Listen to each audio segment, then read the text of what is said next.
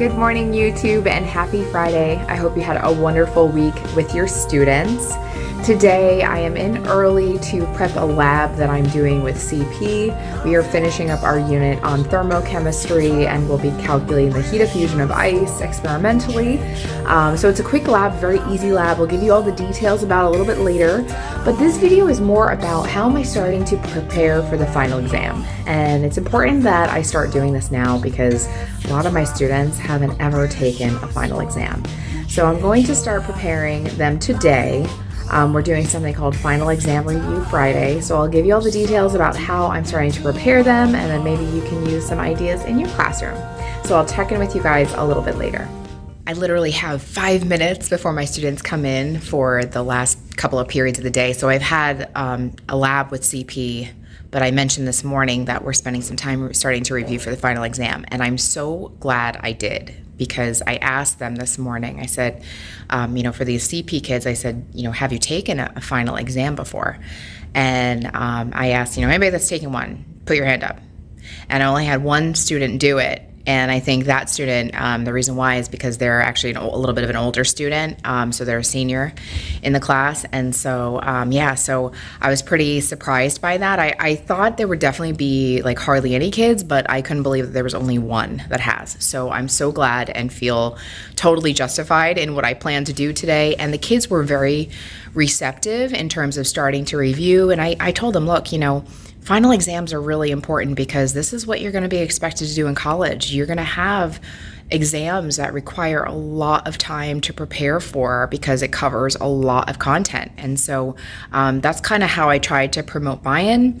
And then I gave them some choices for organizers and things, which I'll show you guys probably after my class. I have a double lab period, but I just wanted to quickly tell you about that. But I will show you like all the templates and stuff that I provided to the kids, and then definitely let you know how it goes with my last class of the day. So I just finished with all my classes for the day, and I told you I'd come on here and talk to you a little bit about, what I gave my students choices for. As I mentioned earlier, I am having my students review for the final exam to start, and so we did the lab, heat of fusion of ice, the first class period, and then the second class period. I talked about Final Exam Review Fridays and my expectations for how they're going to use the resources that I'm providing.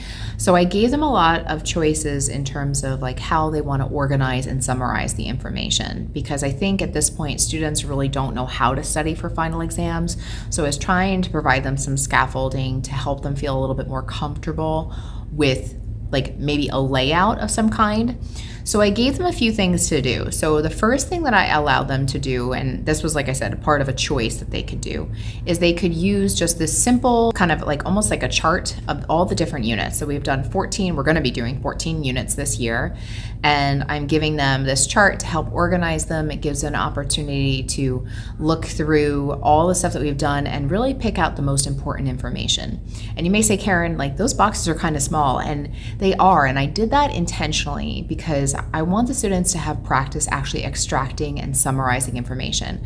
So often when I ask my students to summarize something, they write down every little possible thing, and that really doesn't help them. And so I think this is a really important skill to give them the opportunity to extract the information from all the stuff that we've done over the course of a unit in this one little kind of nice, neat box. For students that wanted more of a visual, I use foldables a lot in my class, and I decided to give them an opportunity to use foldables. So what I did is I copied some cardstock and I wrote on here CP review, and I put a little space here for them to actually take their foldable and put it in the center here, and then on the bottom they have a spot for their name.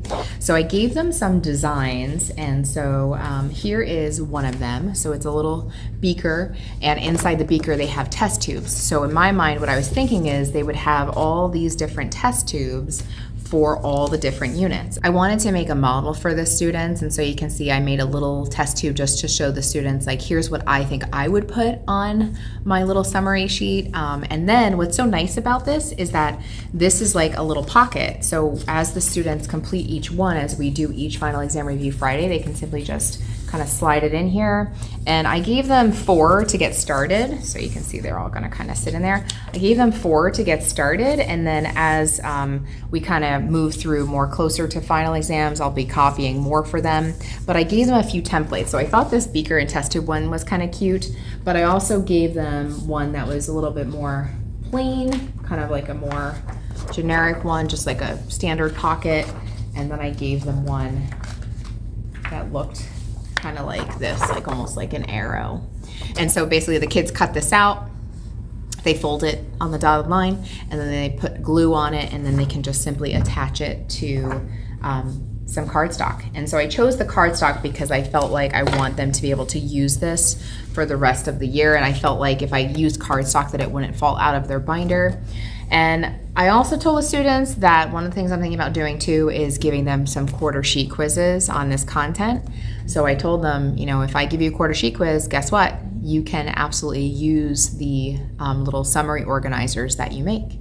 So that also, I think, will provide some incentive for them to really think about the important things that they should be putting on these documents. After they completed their summary document, I then said, okay, this is something that you should be able to answer based off of that. So they kind of had now a better idea of the types of questions that they could expect to see on their final exam.